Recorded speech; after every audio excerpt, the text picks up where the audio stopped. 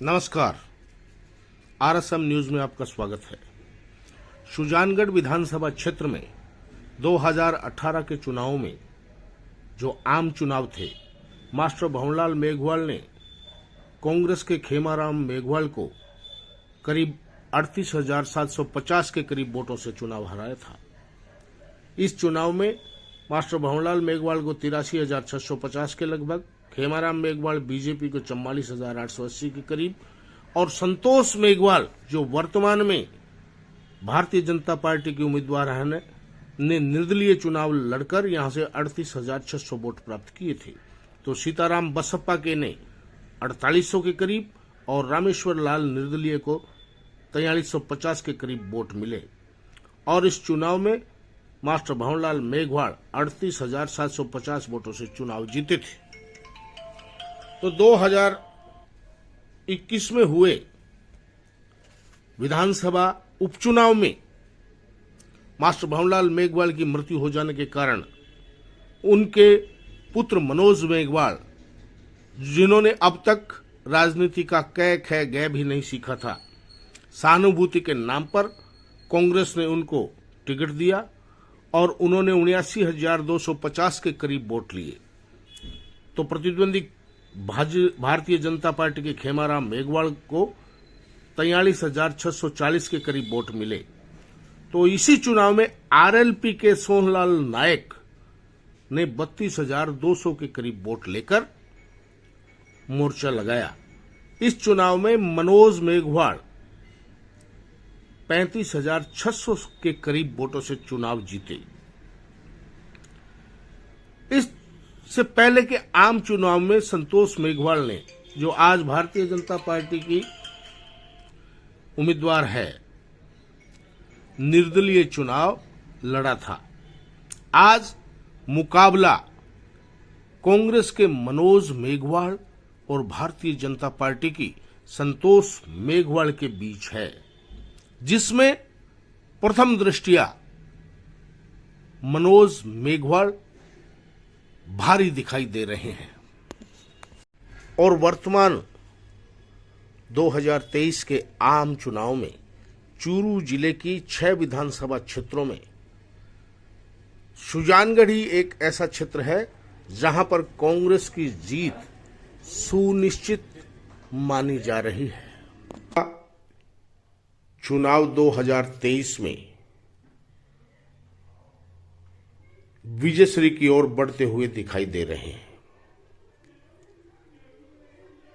भाजपा प्रत्याशी संतोष मेघवाल को भाजपा के लोगों का दिल से वो समर्थन नहीं मिला जिसकी उम्मीद की जा रही थी और फिर मनोज मेघवाल के मजबूत होने का एक और मुख्य कारण ये रहा कि संतोष मेघवाल भी राजनीति में स्वर्गीय मास्टर भंवरलाल मेघवाल और वर्तमान में रतनगढ़ विधानसभा क्षेत्र से प्रत्याशी पूषाराम गोदारा के बीच जो विवाद चल रहा था, उसकी उपज के रूप में संतोष मेघवाल को राजनीति में अग्रणी किया गया था। पर्दे के पीछे पूषाराम गोदारा का पूरा ग्रुप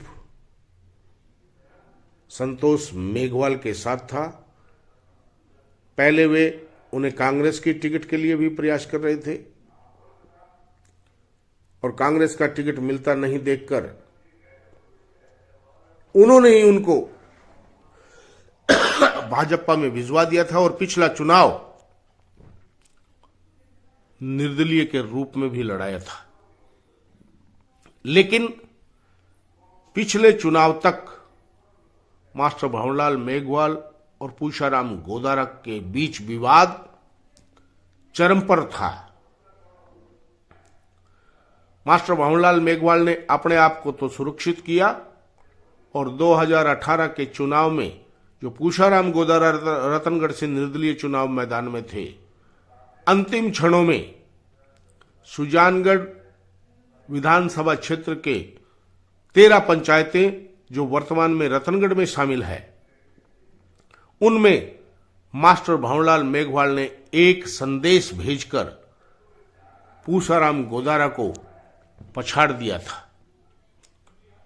पूसाराम गोदारा भी मूलतः सुजानगढ़ के निवासी हैं और उनके क्षेत्र की 13 पंचायतें वर्तमान में रतनगढ़ विधानसभा क्षेत्र में आती है।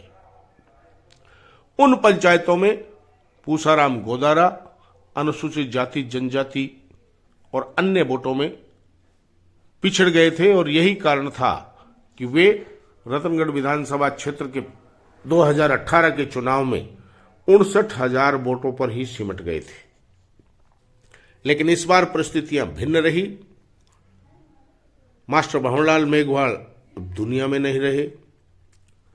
उनकी विरासत को संभालने के लिए उनके पुत्र मनोज मेघवाल को अग्रणी किया गया और वे उपचुनाव में विधायक बन गए।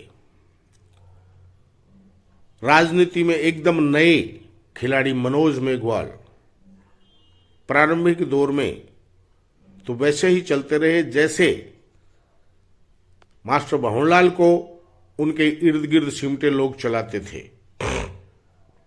लेकिन धीरे धीरे वक्त के थपेड़ों ने मनोज मेघवाल को वस्तु स्थिति समझा दी और उन्होंने इस चुनाव में पूसाराम गोदारा से किसी तरह की कोई पंगाबाजी नहीं की। हालांकि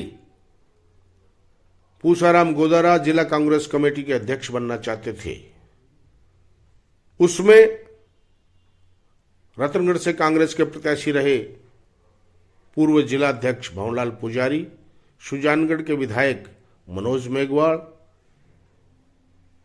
चूरू में कांग्रेस के प्रत्याशी रहे रफीक मंडेलिया, सरदार शहर से विधायक बने अनिल शर्मा, तारानगर के विधायक नरेंद्र बुडानिया, इन सब लोगों ने एक मोर्चा बनाकर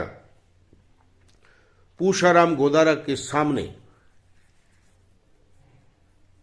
विदेशों में व्यवसाय करने वाले आर्थिक रूप से समृद्ध प्रधान रतनगढ़ पंचायत समिति के प्रतिनिधि इंद्राज खिचड़ को उनके मुकाबले खड़ा कर दिया और सबने सामूहिक समर्थन से इंद्राज खिचड़ को जिलाध्यक्ष बनाकर पूसाराम गोदारा की राह में रोड़े अटकाने का प्रयास निश्चित किया था। लेकिन चुनाव सर पर आ जाने के बाद मनोज मेघवाल ने पूसाराम गोदारा से एक प्रकार से कहें तो संधि कर ली और आज गत दिनों हुए मतदान में पूसाराम गोदारा के समर्थकों ने भी कांग्रेस प्रत्याशी मनोज मेघवाल को अपना लिया और यही कारण है कि वे इस चुनाव प्रक्रिया में भारी नजर आ रहे हैं। चूरू जिले के 6 विधानसभा क्षेत्रों में अगर पहली कोई सीट जनचर्चा में विजय की ओर है तो उस सीट का नाम है सुजानगढ़ विधानसभा और प्रत्याशी हैं मास्टर भंवरलाल मेघवाल के पुत्र मनोज मेघवाल, जिन्हें कांग्रेस में जिले में जीतने वाली पहली सीट के रूप में गिना जा रहा है। इसका मायना यह है कि भाजपा प्रत्याशी संतोष मेघवाल मनोज मेघवाल के सामने पिछड़ गई है, क्योंकि जिनके दम पर वे नेता बनी थी उन्होंने ही जब उनका साथ छोड़ दिया तो समझा जा सकता है कि उनकी स्थिति किस तरह से होगी। दूसरी तरफ भारतीय जनता पार्टी में ही पूर्व विधायक खेमाराम मेघवाल जैसे लोगों ने खुला बिगुल संतोष मेघवाल के खिलाफ बजा दिया था। हालांकि बाद में धीरे धीरे वे संतोष मेघवाल के साथ तो हुए, लेकिन दिल से हुए या नहीं हुए पता नहीं। ये सवाल जरूर खड़ा होता है कि अगर वे सभी दिल से खड़े होते तो प्रथम दृष्टया ही संतोष मेघवाल पिछड़ने की स्थिति में नहीं आती, जैसा लोग बाग मानते हैं। ऐसे में इस बात को भी समझा जा सकता है कि राजनीति में अपने हित अहित के हिसाब से लोग कब पाला बदल लेते हैं पता नहीं। लोग मानते हैं कि यदि पूषाराम गोदारा को कांग्रेस रतनगढ़ से टिकट नहीं देती तो निश्चित रूप से संतोष मेघवाल सुजानगढ़ के विधानसभा चुनाव में मनोज मेघवाल पर भारी हो सकती थी। लेकिन जब पूषाराम गोदारा स्वयं रतनगढ़ से कांग्रेस के प्रत्याशी बन गए, ऐसे में उनकी भी ये स्थिति नहीं रही कि वे परिस्थितियों के विपरीत जाकर संतोष मेघवाल का समर्थन कर सके। दूसरा, वे स्वयं भी अपने चुनाव में इतने उलझ गए थे कि वे सुजानगढ़ के लिए शायद ही समय दे पाए, और उसी का कारण ये माना जा रहा है कि पूषाराम गोदारा की पर्दे के पीछे से समर्थन से ही तो संतोष मेघवाल आज इस मुकाम पर पहुंची है, और वो ही उन्हें समर्थन नहीं दे पाए तो उसका खामियाजा तो संतोष मेघवाल को भुगतना ही पड़ेगा। हालांकि सोन लोमड़ जैसे पूषाराम गोदारा के निजी व्यक्ति जी जान से संतोष मेघवाल के साथ लगे हुए थे, और संतोष मेघवाल के साथ ही उन्होंने भारतीय जनता पार्टी की सदस्यता भी ग्रहण कर ली थी।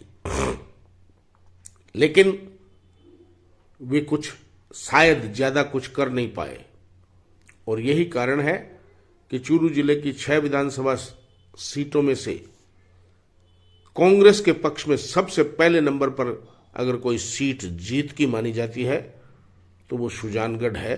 देखते हैं ऊंट किस करवट बैठता है, ये तो 3 दिसंबर को ही पता चलेगा।